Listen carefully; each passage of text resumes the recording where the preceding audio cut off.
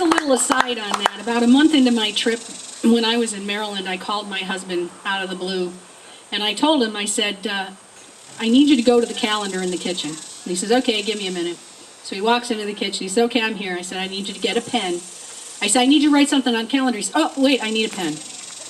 Okay, fine. He gets a pen. And I said, okay, I need you to write this down. Oh, wait, I got to change the calendar. I said, okay, fine. And by that time, what I was getting ready to tell him, I was just about ready to not tell him, because it really kind of was lost.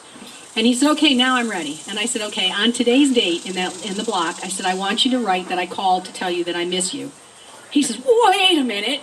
He says, it's not a big enough block. I'm like, well, go get a sticky or something. Go get a Post-it note. I said, but I'm doing this for a specific reason. He said, what's that? And I said, because about 48 hours after I get home, I'm going to be on you about something. And I want you to be able to go back to the calendar and flip it back to today and take a look at the note so that you remember that I did tell you that I missed you. I said, because, 24, 48 hours after I get home, something's going to give. And that was about 24 or 48 hours after I got home. I know nothing. So my first stop was down in Harker Heights, which is down near Fort Hood. And I got to spend a couple of hours with a friend of mine. I was on tour with him in the Army Soldier Show in 1989, and I had not seen Joe since. And he was a little, 21-year-old, didn't know, bright-eyed, didn't get anything. And now he's married with 7 kids.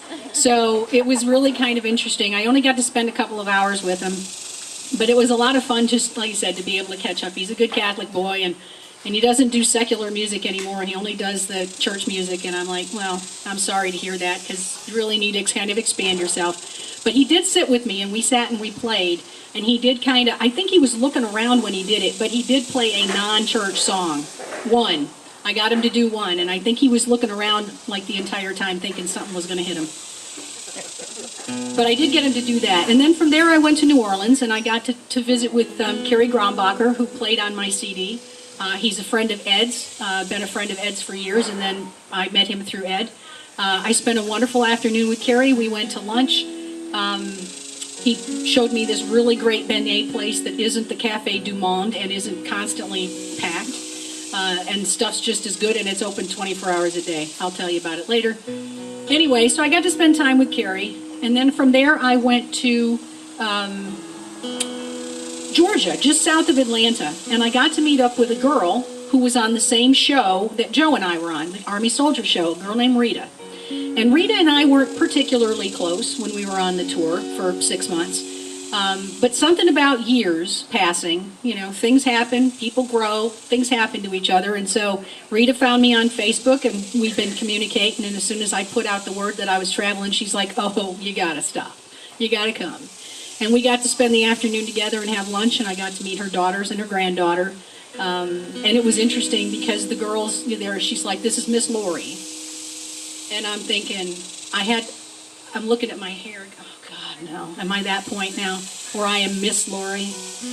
So, but I got to spend a little bit of time with Rita, and I'm going to get back, and we're actually going to go party up in Atlanta in December. We've already got it on the calendar, so...